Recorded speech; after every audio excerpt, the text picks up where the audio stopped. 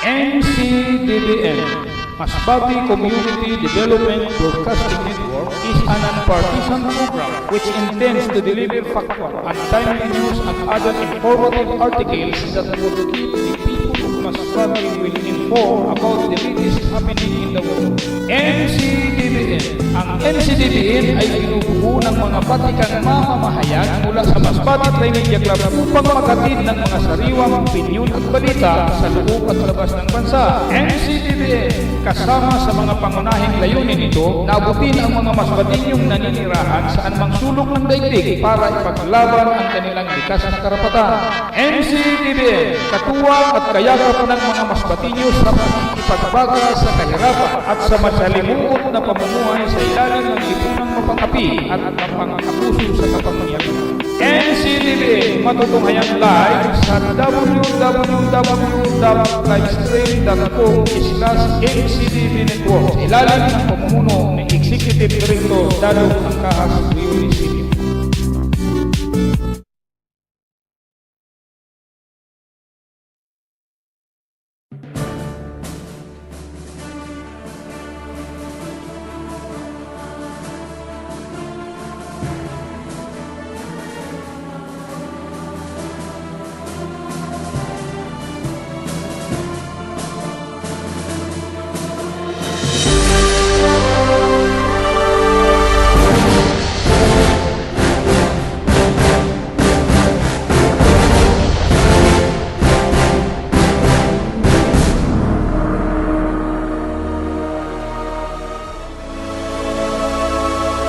At magandang hapon po sa ating mga taga-subaybay at tagapagtangkilik. Ako po ang inyong lingkod, Peter Pascual Corpus, para po sa ating palatuntunang Armageddon. At para po sa ating mga balita, tampok po ang mga balitang mandatory drug test para sa business establishment owners na katakdang ipatupad ng LGU Masbate City. Kasalukuyang binubusisi ng mga kinatawan ng City Legislative House ang batas na maaaring ipairal sa lahat ng business establishments sa nasabing lungsod, alinsunod na rin sa hakbangin ng pamahalaan kaugnay ng kampanya nito sa illegal drugs, ayon kay City Councilor Joel Ibanez. Sa kanyang pahayag sa media kamakailan, sinabi ni Ibanez na pinag-aaralang maigi ng kanilang konseho ang isang bagong ordinansa requiring annual and mandatory drug testing of employee and owners of private business entity in the city of Masbate na inilatag sa kanilang pansin ni Liga President and ex-officio member Socrates M. Tuazon. Ang ordinansa ayon kay Ibanez ay mas pinaigsi sa titulo nitong Drug-Free Private Workplace Ordinance na may layuning paigtingin ang kampanya niya ng pamahalaan upang ganap na masawata o masupil ang paglaganap ng droga sa komunidad, partikular na sa mga private-owned business establishment na nakahanay sa mga matataong lugar.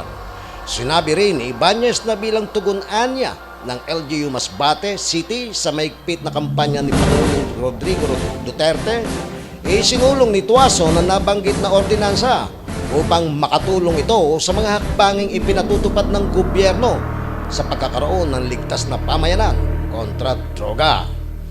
Samantala, ex-convict na sangkot sa illegal na droga sa Masbate City, binaril, patay. Pinagbabaril kagabi ang isang ex-convict na sangkot umano sa illegal na droga na si Jojo Lorio alias Buscar sa loob ng kanilang tindahan sa barangay F. Magallanes, Masbate City.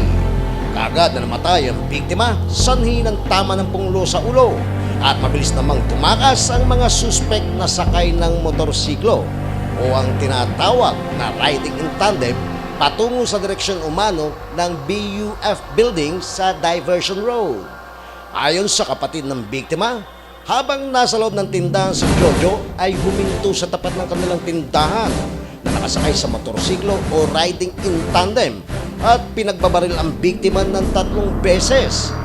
Ngunit isa lang dito ang tumama sa kanyang ulo. Nakuha ng mga responding police sa bewang ng biktima ang isang 45 kalibre ng baril, 3 magasin, 2 cellphone at di mabatid na halaga ng pera. Si Jojo ang pangalawang naiulat na biktima ng summary execution sa nasabing lugar na kung saan nauna nang pinatay ng riding in tandem ang isang nagngangalang Georgian Kusimbing noong nakarang buwan. Si Jojo ay isang ex-convict dahil na rin sa pagpatay sa anak ni Department of Education Legal Officer na si Mrs. Nora Cornal. Maraming taon na po ang nakakalipas. Samantala, retiradong pulis at iba pang kinatawan ng POSDA sinampahan ng kasong writ of replevin dahil sa umano'y illegal na paghuli sa kanila noong Hulyo 27, lalo na ang pag-detain sa kanyang mga tauhan sa loob ng 3 araw at hindi pag-release ng kanilang bangka. Sa kabila silang sinampahan ng anumang kaso, kung kaya't nagpasyang may-ari ng bangka nakasuhan ng writ of replevin at serious illegal detention ng operatiba ng Provincial Operation for Socio-Economic Development and Against Crime o POSDA. Patay sa ulat na nakalap ng Masbate News Alert, dakong alas 3 ng hapon noong Agosto 4 nang formal na ipinasa ng Provincial Prosecutor's Office ang kasong writ of replevin na may civil case number 7226. Samantalang dakong alas 3:30 ng hapon naman, kinabukasan, nag-isampa ang 3 kaso ng serious illegal detention na may NPS number V12 INV 16H05501 laban kina retired Police Superintendent Gilbert Sauro, retired Police Chief Inspector Cesar Sampaga, Johnny Delavin at iba pang mga miyembro ng POSDA. Batay sa sinumpang salaysay ni na Jesus Potestad, may-ari ng bangka, Genesis Potestad, makinista, at Villamerte Potestad, boat captain. Lahat nasa hustong gulang, may mga asawa at nanila sa Barangay Tuguron at Barangay Santo Niño, Monreal, Masbate, dakong alas 4 ng hapon noong Hulyo 27, habang sila ay nagbibiyahe sa ng kanilang bangka mula sa Monreal patungo dito sa Masbate City na may lulang 7 kalabaw, kasama ang may-ari nito. Nang pagdating nila sa karagatang sakop ng bayan ng Batuan, ay sinalubong sila ng lansyang may sakay na may armadong kalalakihan. Dagdag pa ng mga protestad, sila ay pinahinto ng mga armadong kalalakihan habang nakatutok sa kanila ang matataas na kalibre ng mga baril. Habang ang isa dito ay nagpakilalang siya umano, si Colonel Gilbert Sauro, team leader ng POSDA.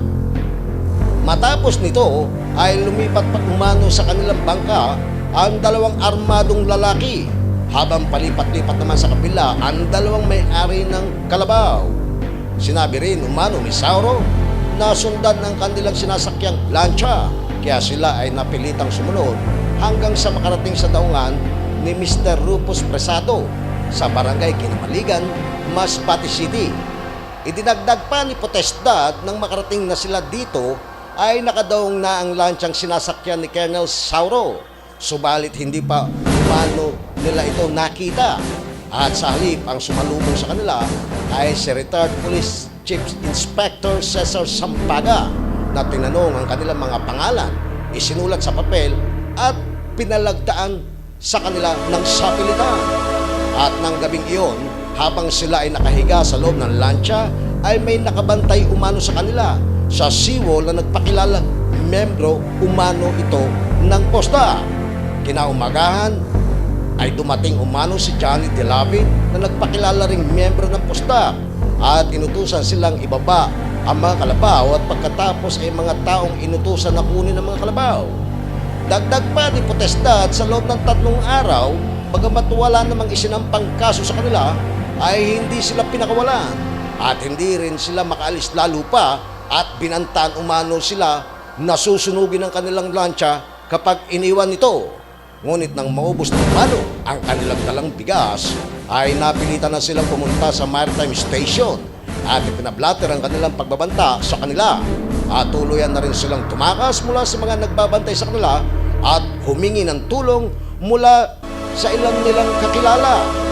Dagdag pa ni Potestad, sa tulong at payo na rin ng kanilang mga kilala, ay sinampa rin nila ang kasong serious illegal detention laban sa mga miyembro ng pusta.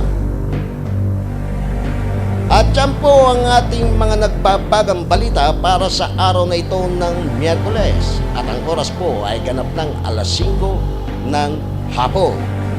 At sa iba pa pong detalye ng ating mga ika nga ay hihimaying mga issue. Aba, maganda po rin mga kaibigan, ano? Kaugnay na rin po dito sa ating ibinalita, sa ating palatuntunang Armageddon, meron pong itinataguyod na bagong ordinansa po ng ating Masbate City Legislative. Ayon po kay City Councilor Joel Ibanez na kung kailan po ay nakapanayan po ito ng inyong lungsod. Maganda po ang sinasabi ni Mr. Joel Ibanez, yung ating gentleman dyan sa Barangay Magallanes. Yan, ha? Kay Mr. City Councilor Joel Ibanez. Magandang hapon po sa inyo, sir, ano? At ito nga po, gaya na naipangako ko po sa inyo, tatalakayin ko po talaga ito dahil ito po ay isa sa mga itinataguyod ng ating pamahalaan, no? Yung ika nga ay pagsawata sa pagkalat ng droga. Yan lang po ay hindi nagaganap dito sa Masbate, mga kaibigan, ano? Nagaganap din po yan sa 4 na sulok ng ating Republika ng Pilipinas. Sabi nga sa atin ni City Councilor Joel Ibanez, may mandatory drug test, ha? Para dyan sa mga business establishment, ha? Sa mga may-ari po, ha? Hindi lang yung may-ari, kung hindi yung mga yung mga kanilang mga nasasakupan, ha? Baka hindi po alam na may mga ari ng establishmento na may sumisinghot sa dilim, ha? May sumisinghot dyan sa dilim, at pagkatapos, ayun, ha? Magbebenta, ha? Na nangungalungay-ngay pa ang mga mata dahil hindi nakakatulog, ha? Aba, ha? Eto po, ha, sa ating mga establishment owners, hindi lamang po kayo ang malalagay niyan sa alanganin kapag napatunayan po ng city government na ika nga ay nag-positive, ha, sa drug test ang inyong nasasakupan. Mari pong ma-revoke ang inyong ika nga ay application for renewal. Yan. Kailangan po ika nga ay maisalang yung mga nasasakupan dyan, ha? Kaya po yan, ha? Yan po ang mahigpit na pinatutupad po ng ating pamahalaan, yung kontra droga. Hindi naman po lingid sa inyo kalaman, mga kaibigan, kung gaano po kahigpit ang ika nga ay pagpapatupad ni Pangulong Rodrigo Duterte upang puksain at mawala na talaga yung droga dito sa ating lipunan. Kailan lang, ha? Ginulangtang tayo, ha? Doon sa unang pagkakaupo pa lang ni Pangulong Duterte, marami na kaagad na pangalan ang yun, ha? Ang nabulatlat, kaugnay po ng pinagbabawal na droga. Kaya nga, sabi nga sa atin itong si City Councilor Joel Ibanez, ito isinulong sa amin. Sa totoo lang, hindi akong taga-pamayag. Sabi ko, sino po nagsulong sa inyo? Nagsulong niya sa amin para maipasa si Liga President and ex-officio member Socrates M. Tuason, yung pong dating mayor ng Masbate City. At hindi lang po naging mayor yan, naging ex-officio, no? Board member nung mga way back 1990s, o hindi po tayo nagkakamali. At yan po ay isang magandang hakbangin ng ating lokal na pamahalaan at upang masawata po at masupil ang paglaganap po ng droga sa komunidad, particular na po sa mga private-owned business establishment, no? Nakahanay po sa mga matataong lugar. Yan, ha? Sabi nga sa ating ni Councilor Ibanez, ito po daw ay bilang tugon, anya, no, ng Masbate City Government sa mahigpit po na kampanya ng ating national government, sa panguna po yan ni Pangulong Rodrigo Duterte, no? Kaya nga sabi nga sa atin ni City Councilor Ibanez, yan po daw ang hakbangin na yan, pinapatupad po ng ating lokal na pamahalaan para po daw magkaroon. Okay mga kaibigan, magbabalik po ang ating palatuntunan makalipas lamang po ng ilang paalala. There paradise with coconut trees and a turquoise sea. A nice little note that closed with X's and O's. A sweet little tease from you to me. You bring me the sunshine. You bring me the sun.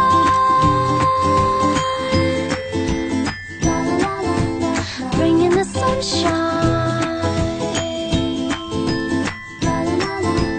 to everyone. Mga kaibigan, balik po tayo sa ating palatuntunang Armageddon. Ito po tayo uli. Babalik po tayo para talakayin itong mga magagandang topic po natin para sa araw na ito ng Miyerkules. At ang oras po natin, alas 5:12 na po. At ang sinasabi ko pong topic, mga kaibigan, ito pong sinasabi natin mga vigilante group. Ang dami, no? Hindi na natin malaman Hindi ako nagkakamali, nasa more or less 700, no? Ang nakikitil dyan sa pinaghihinalang lumaban sa mga alagad ng batas dahil nga sa maigpit na kampanya ng gobyerno, no? Sa illegal na droga. Isang magandang katanungan po, mga kaibigan, kung ang vigilante group na yan, bukod dito sa ating mga sinasabing Philippine National Police, yan ay binigyan ng mandato ng presidente po, no? Yung law enforcers po natin. Kasi ang PNP po, yan po sila yung isang kagawaran ng pamalaan na sila po ang angkop na manghuli, no? Nitong mga lawless elements na to. Ang nakakapagtaka, may mga lumalabas, no? Na parang ibang klaseng grupo to. Naka-helmet, sakay ng motorsiklo, dadaanan yung suspect daw ng illegal na droga, tapos yon, papamintahan na ng bala. Bubulagta, lalabas ang balita, vigilante group. Isang magandang katanungan po sa ating mga kinauulan dyan, May basbas po ba ito ng Malacanang? O kung hindi naman kaya, may basbas din po kaya ito ng PNP, para po magsagawa ng summary execution kontra suspect sa illegal na droga. Ikaw kaya, kasamang Cedric, ano sa pananaw mo ito, Kasi ito vigilante group ito, no? Hindi tinukoy kung anong klaseng vigilante group. Ito ba yung mga pamilya ng biktima na siyempre pinatay yung kamag-anak ko, gaganti rin kami. Parang nangyayari, Kasi daw vigilante, ito yung mapaghiganting grupo, di ba? Ito ba sila, biktima rin ng mga karumal-dumal na krimen para gumante. Kasi daw vigilante, di ba? Ito yung mga mababagsik na mapaghiganting grupo. Sino naman ang kanilang paghihigantihan? Ang paghihigantihan po ba ay mga suspect? Mahirap yun. Kasi meron po tayong itinataguyod. Mamaya tatalakayin po natin yan, mga kaibigan.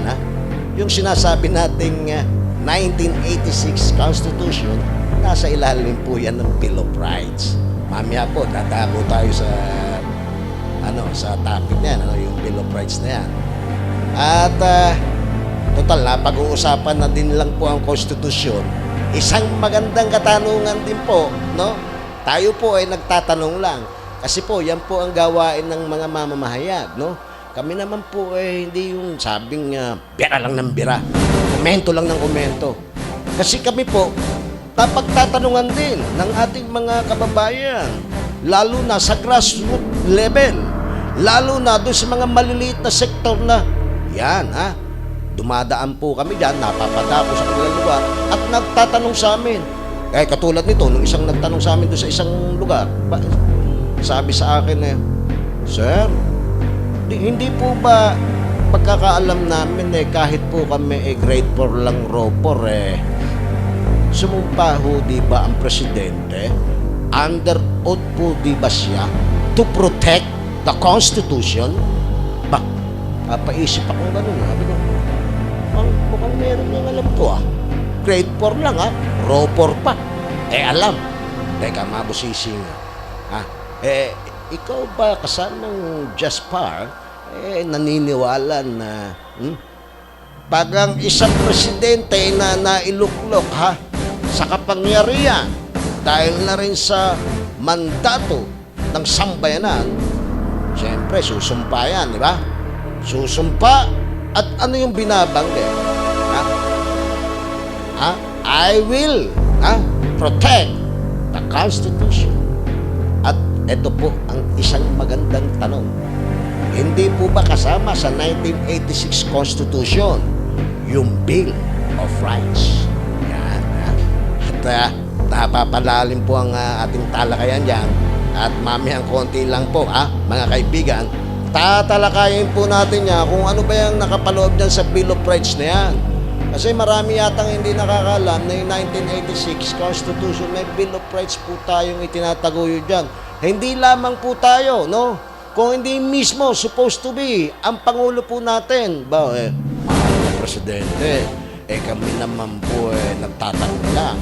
Kasama po kami doon, humigit kumulang sa 16 million na sumuporta po sa inyo. Kaya kami po ay magtatanong lang po sa inyo, no? Hindi po ba kayo ay sumumpa sa inyong panunungkulan, ano? Yung protect the Constitution. At ito po ang yung definition po ng 1986 Bill of Rights po. Kasama na din po dyan yung Miranda Doctrine. At ito po mga kaibigan, kasi napagmamasdan po natin, halos araw-araw na lang, no?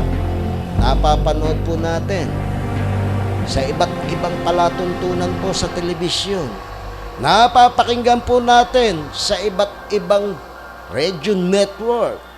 At nababasa din po natin araw-araw sa iba't ibang pahayagan po ng ating republika.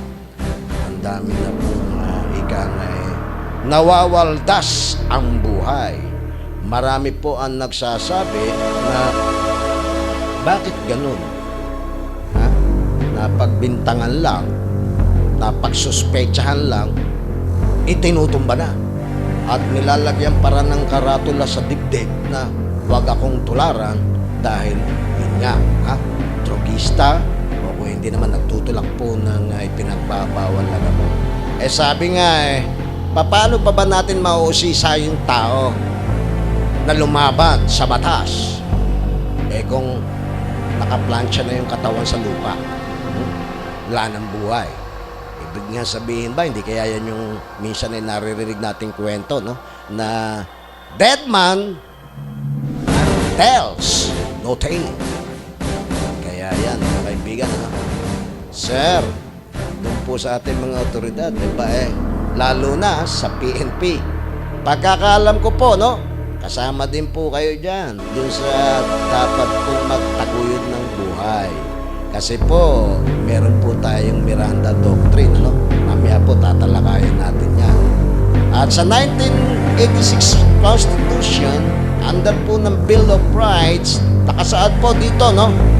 Section 1. No person shall be deprived of life, liberty, or property without due process of law, or shall any person be denied the equal protection of the law. Yan po ang isa nakasaad sa Bill of Rights. Sa Section 2 naman po, ito rin ang nakalagay. The right of the person to be secure in their persons, houses, papers, and effects against unreasonable searches and seizures of whatever nature and for any purpose shall be inviolable. And no such warrant of arrest shall be issued except upon probable cause to be determined personally by the judge after examination under oath or affirmation of the complainant and the witnesses he may produce. and particularly describing the place to be searched and the persons of things to be seized. Maliwanag po yan. Ha? Hindi yung basta papasok sa bahay nyo, hop, huli ka. Bitbitin niya, sabunutan niyan palabas. Hindi po ganun. Ha? Bakit? Ito po, karapatang pantao po itong pinag-uusapan natin. Nasa saligang batas po ito. At yan po ang dapat natin protektahan. Kasi hindi pa po ito nababago, mga kaibigan. Ano? Wala pa po nangyayaring pagbabago. Natatalakay pa nga lang yung federalismo, pero hindi pa po yan na-aprobahan. Ibig sabihin po, mga kaibigan, tayo po nananatili pa rin na nakapaloob, nakapaloob tayo doon sa 1986 Constitution. At sa Section 3 naman po nakapalagay dito yung privacy of communication and the correspondence shall be inviolable except upon lawful order of the court or when public safety or order requires otherwise as prescribed by law. Napakahaba po na rin, no? Napakahaba po na rin. Siguro kung babasahin ko po ito, mga kaibigan, aabutin po tayo ng 10 taon dito sa ating palatuntunan. Kaya ang pinakamaganda nito, pipitas lang po tayo ng mga ilang bagay, no? Lalo na po, itong Section 14, ito po ang pinakaangkop at pinakamaganda sa lahat. Kasi napag-uusapan na yung mga summary, summary execution. Teka, parang katulad dito yung kasamang Jespar, kasamang Cedric, no? Kasama na din dito yung kaibigan natin, gwapo-gwapo, May kukunin na rin natin yung payag natin yan, Ganda ng ngiti nito kaibigan natin, nasa tabi natin, Eto, nauuso na yung salvage, Summary execution salvage. Sino ba yung nagsasalvage na yan? Pag hindi pulis, anong tinuturo? Hindi kaya nice people around. Alam nyo naman yung nice people around, Kunin nyo lang yung abbreviation, nung nice and tapos people be around. Bahala na kayo kung ano yun. Huwag na sabihin natin sila ang gumagawa niyan. Ba, hindi, wala tayong ebidensya. Kasi sa balita, naglalabasan, kasama na po rin kami dyan, nagbabalita, mga kaibigan, may pulis sa ilalim ng pulis. Ito lang. Yun, lumaban daw, di umano. Yung suspect, sila. Sino pa? Yung nice people around daw. Pangatlo, may vigilante group. Sino po itong mga vigilante group na ito? Ito po ba vigilante group ni Mang Kepweng? Ito po kaya vigilante ni Attorney Agaton? Maraming vigilante, no? Parang nahirap Parang ang nangyayari po, mga kaibigan, ganun na lang po ba ang buhay ng tao? Kinikiltil lang po ba ng parang manok? O parang ganun lang kadali ang buhay, no? Yung napaghinala, pinaanan, tumba, vigilante ko. Siguro, para mapagtakpan ng krimen, kasi naka-helmet, nadaanan lang na riding in tandem, tapos na boxing. Ang nangyayari, sumasama sa balumbong po ng gabundok na unsolved crime, yun. Yun. Pagtatanungin mo yung pulis, Sir, sino ko kaya may gawa nito? Vigilante group daw. Nakilala ho ba? May helmet saan nung direksyon pumunta? Doon nakamotorsiklo. Ilan ho? Dalawa ano ang tawag niyo sa kanila? Riding in tandem. Vigilanting riding in tandem. Paano ho yung mangyayaring kaso? Ang mangyayari sa kaso, sasama namin yan doon sa karton. At isasako namin yan. Tatago. Bahala na maging. Kasi wala namang makakapagturo kung sino. Ayan, mahirap. Sa Section 14 po, mga kaibigan, maliwanag po sa Bill of Rights, tuturuan ko na po kayo. Wala po kayong gagawin. Tatype nyo lang po dyan sa Google ninyo, no? Bill of Rights, 1986 Constitution. I-scroll nyo lang po yan ng napakabilis. Puntahan nyo po yung section 14, ano? No person shall be held to answer for a criminal offense without due process of law. Ayan. Kahit tayo hindi abogado, tayo naman nakapag-graduate ng elementarya, with honor student. Ako, mga kaibigan, graduate ako ng elementary. 4 na taon na akong grade 5. 4 na taon din akong grade 6. Di matalino tayo niyan. Kahit sino po pumasa nito, maintindihan po mga kaibigan, no? Kasi napakaliwanag po, no? Eto pa po, no? Lulukso po tayo doon sa ika-18 saknong, ano? Yung, no person shall be detained solely by reason of his political beliefs or aspiration.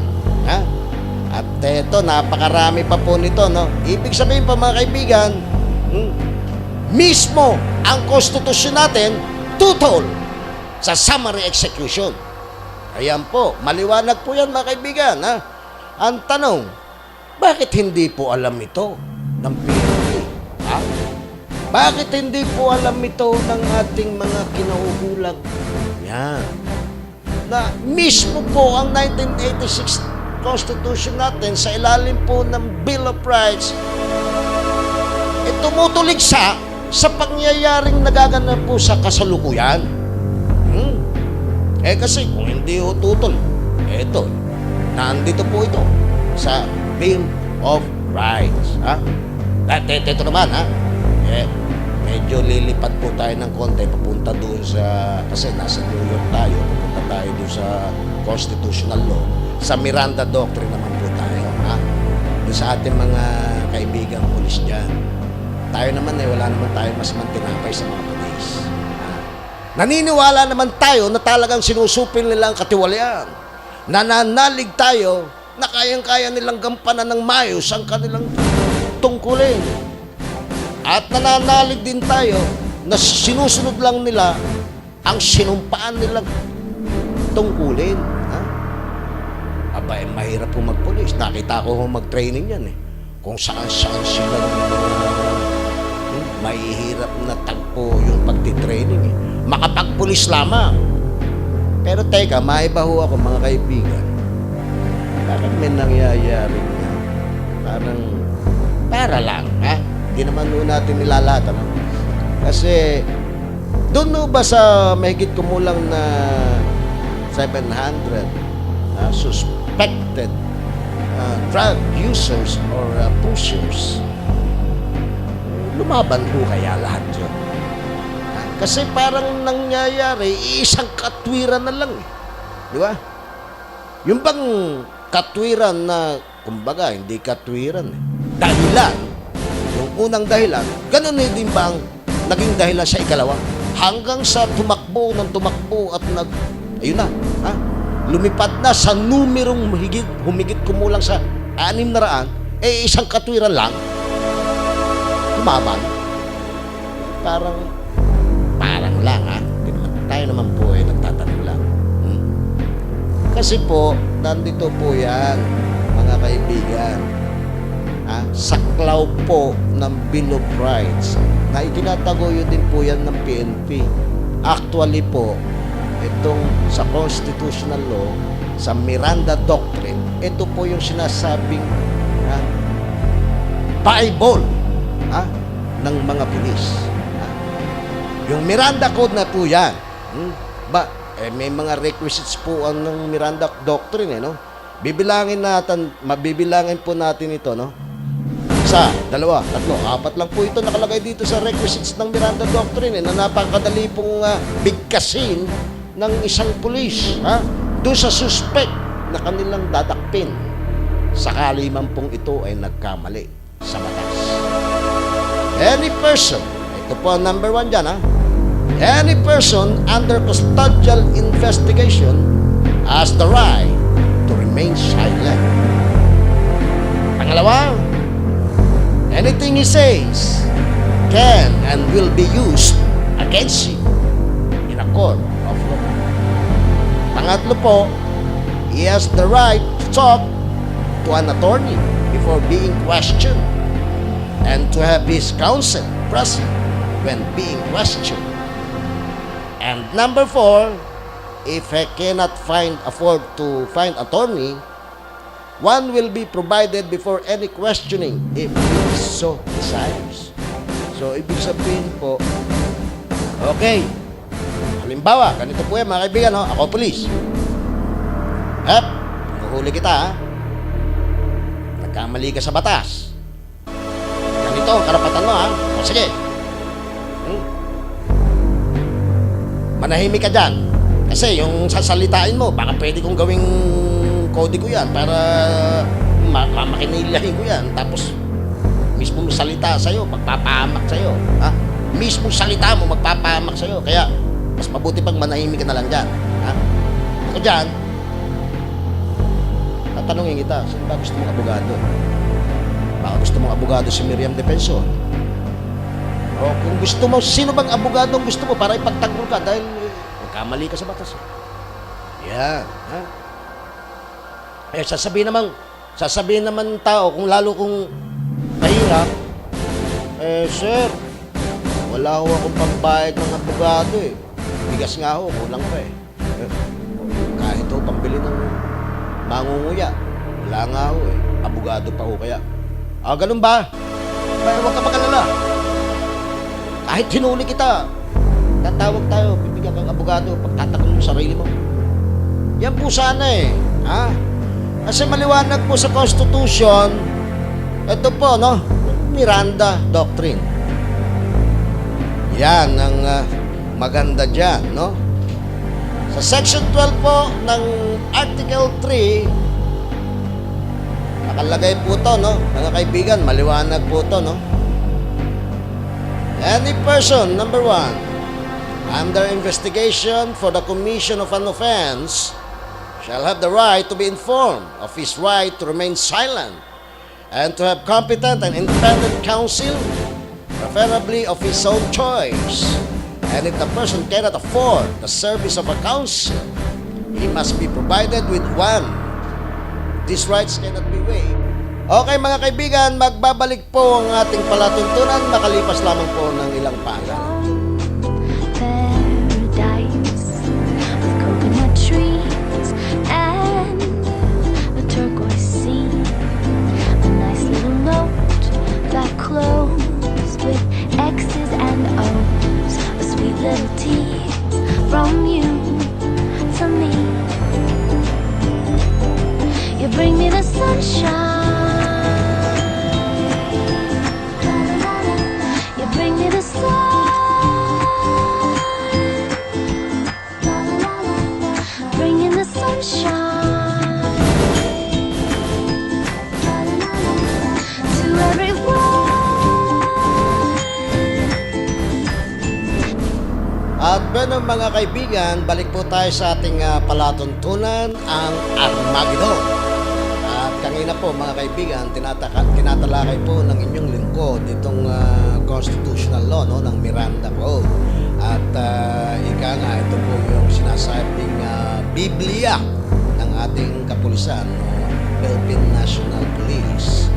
Sa Section 12 po ng Article 3, nakasaad po, number 1, any person under investigation for the commission of an offense shall have the right to be informed of his right to remain silent and to have competent and independent counsel, preferably of his own choice.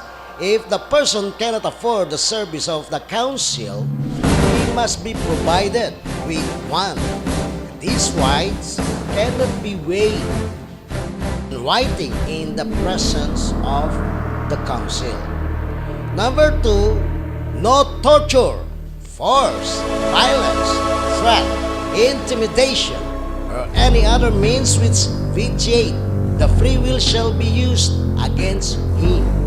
Secret detention places, solitary, incommunicado, or other similar forms of detention are prohibited. Kaya po bawal po yung pagto-torture. Yung torture nga bawal eh. Mas lalo nang bawal po yung basta na lang papatayin. Yan po. Sa number 3 po nakasaad din, any confession or admission obtained in the violation of this section 17 hereof shall be inadmissible in evidence against him. Kaya yung pagpipilit to, no?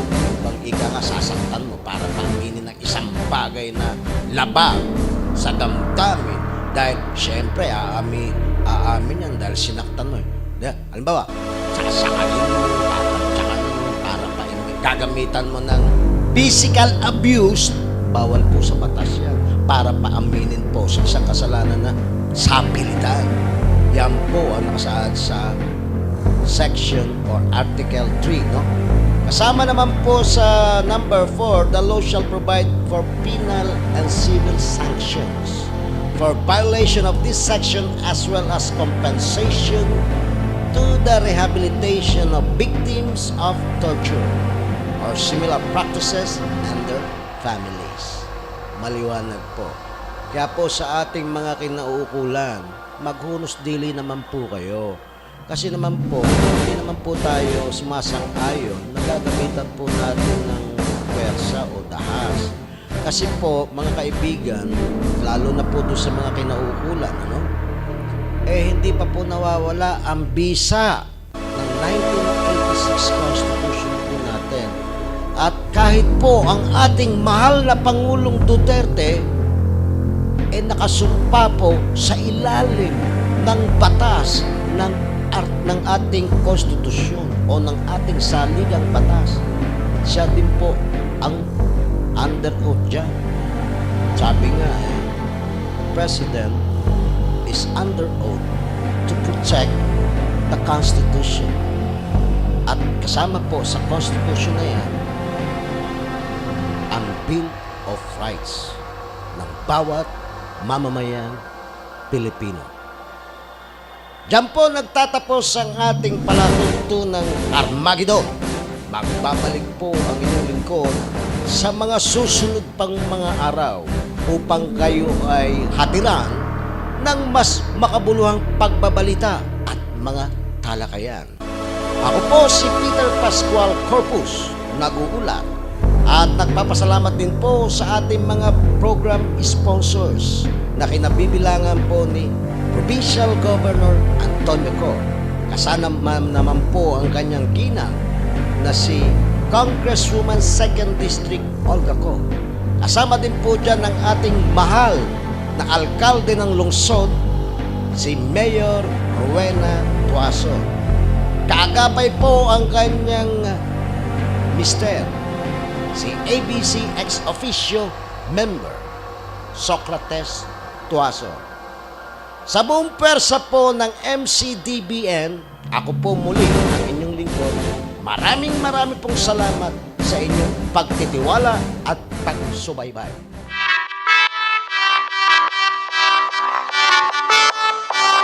MCDBN, Masbate Community Development Broadcasting Network, is a non-partisan program which intends to deliver factual and timely news and other informative articles that would keep the people of Masbate well informed about the latest happening in the world. MCDBN. Ang MCDBN ay binubuo ng mga batikang mamamahayan mula sa Masbate Trimedia Club upang maghatid ng mga sariwang opinyon at balita sa loob at labas ng bansa. MCDBN, kasama sa mga pangunahing layunin nito, naabutin ang mga Masbateñong naninirahan sa anumang sulok ng daigdig para ipaglaban ang kanilang likas na karapatan. MCDBN, katuwang at kayakap ng mga Masbateño sa pagbaga sa kahirapan at sa masalimuot na pamumuhay sa ilalim ng lipunang mapang-api at mapang-abuso sa kapangyarihan. NCTV, matutunghayan live sa www.livestream.com/NCTV Network. Ilalim ng pamumuno ng Executive Director Dadong Angkahas, Rioli City.